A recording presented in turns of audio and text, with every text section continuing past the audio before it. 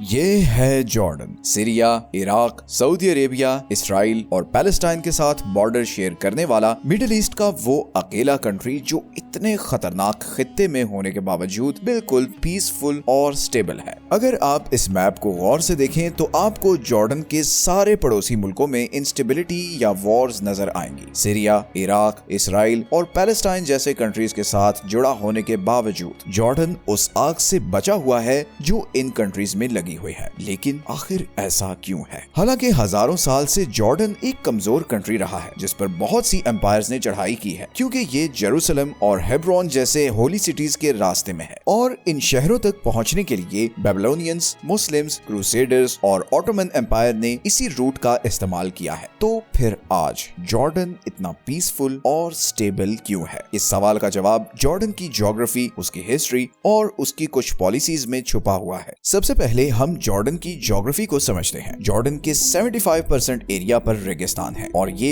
Middle east के खुश्क तरीन कंट्रीज में से एक है, जहां पर पूरे साल में 245 mm से भी कम बारिश होती है। जॉर्डन की सिर्फ 12% जमीन एग्रीकल्चर के काबिल है और इसीलिए उसका 70% फूड बाहर से इंपोर्ट होता है। जॉर्डन की 90% आबादी भी इस 12% जमीन में रहती है और बाकी सारा एरिया तकरीबन खाली ही है। जॉर्डन नेचुरल रिसोर्सेज के मामले में भी इतना खुशकिस्मत नहीं है। जहां पूरा मिडिल ईस्ट ऑयल और गैस रिजर्व से माला माल है, वहीं जॉर्डन में सिर्फ एक गैस फील्ड है जिससे जॉर्डन का सिर्फ एक ही पावर प्लांट चलता है। जॉर्डन की बाकी सारी एनर्जी सप्लाई बाहर से इंपोर्ट होती है। तो जियोग्राफिकली और रिसोर्स वाइज जॉर्डन शायद मिडिल ईस्ट का सबसे बदकिस्मत कंट्री है, मगर ये डिसएडवांटेज ही जॉर्डन को समवट सेफ भी बनाता है, क्योंकि जिस जगह कोई रिसोर्स ही नहीं तो वहां ग्लोबल सुपर पावर्स डायरेक्टली या इनडायरेक्टली क्यों इन्वॉल्व हों, जैसे सीरिया या इराक में हो रहा है। इसी तरह अगर हम जॉर्डन की हिस्ट्री देखें तो वो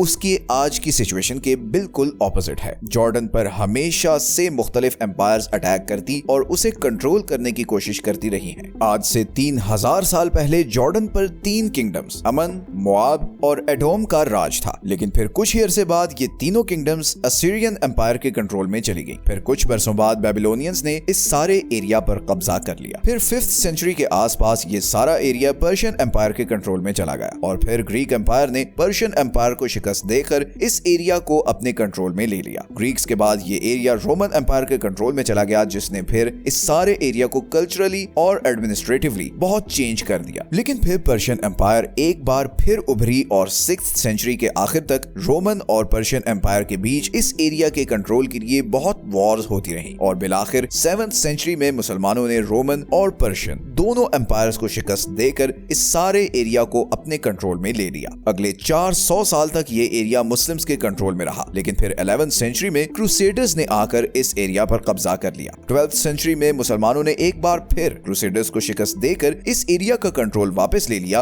और 15th सेंचुरी तक ये एरिया इजिप्शियन ममलूक्स के कंट्रोल में रहा और फिर फाइनली 16th सेंचुरी में ये एरिया ऑटोमन एम्पायर के कंट्रोल में चला गया और 20th सेंचुरी तक ये सारा एरिया ऑटोमन एम्पायर के कंट्रोल में ही रहा। लेकिन ऑटोमन एम्पायर के दौर में एक प्रॉब्लम ये हुई कि ऑटोमन एम्पायर का इस एरिया पर कोई खास फोकस नहीं था, क्योंकि सिवाय इस चीज के कि यहाँ से जेरूसलम तक जाने का नेचुरल रूट था, उनके लिए ये एरिया तकरीबन यूजलेस था, बिकॉज ना तो यहाँ कोई एग्रीकल्चर था ना कोई बड़ा समुंदर लगता था। तो ऑटोमन एम्पायर ने यहाँ पर कोई खास डेवलपमेंट नहीं की, जिसकी वजह से लोकल्स में बहुत गुस्सा था और इसीलिए उन्होंने सन 1900, सन 1905 और 1910 में ऑटोमन एम्पायर के खिलाफ बगावत करने की कोशिश भी की, जिसे ऑटोमन्स ने बुरी तरह कुचल दिया। मगर लोकल जॉर्डेनियंस ने इस घाव को हमेशा याद रखा और वर्ल्ड वॉर 1 में उन्होंने ऑटोमन एम्पायर के खिलाफ ब्रिटिश एम्पायर का साथ दिया और जब वर्ल्ड वॉर 1 खत्म हुई तो जॉर्डन ब्रिटिश एम्पायर की ही कॉलोनी बन गया और 1946 तक ब्रिटिश कंट्रोल में ही रहा। 1946 में जॉर्डन ब्रिटिश कंट्रोल से आजाद हुआ और वर्ल्ड मैप पर एक इंडिपेंडेंट कंट्री के तौर पर सामने आया। अब जॉर्डन का नाम था हैशमाइट किंगडम ऑफ जॉर्डन और इसके बादशाह थे किंग अब्दुल्ला हुसैन। मगर आजादी के बाद जॉर्डन एक कॉम्प्लेक्स सिचुएशन में था। उसके बिल्कुल साथ एक नई आबाद होने वाली स्टेट ऑफ इसराइल थी, जिसके खिलाफ सारा अरब था। आजादी के 2 साल बाद ही 1948 में जॉर्डन 7 अरब कंट्रीज के साथ मिलकर इसराइल के खिलाफ वॉर में चला गया। इस वॉर को फर्स्ट अरब इसराइल वॉर भी कहते हैं। इस वॉर में जॉर्डन ने वेस्ट बैंक और ईस्टर्न जेरूसलम तक कब्जा कर लिया। हजारों फलस्तीनियों ने किंग अब्दुल्लाह को अपना बादशाह मान लिया और 1967 तक वेस्ट बैंक और ईस्ट जेरूसलम जॉर्डन का ही हिस्सा रहे। फिर 1967 में 6 डे वॉर में इसराइल ने अटैक करके West Bank, Golan Heights, Sinai और गजा पर कब्जा कर लिया। फिर 1970 और 1973 में भी जॉर्डन और इसराइल के बीच लड़ाई हुई, जिसमें जॉर्डन को बहुत भारी नुकसान उठाना पड़ा। इसी दौरान हजारों की तादाद में फलस्तीनी रेफ्यूजीज जॉर्डन में आकर आबाद होने लगे और जॉर्डन ने भी सब रेफ्यूजीज के लिए अपने बॉर्डर्स खोल दिए। इन सब का जॉर्डन की इकोनॉमी और पॉलिटिकल सिस्टम पर बहुत बुरा असर भी पड़ा और 1999 तक जॉर्डन में बहुत ज्यादा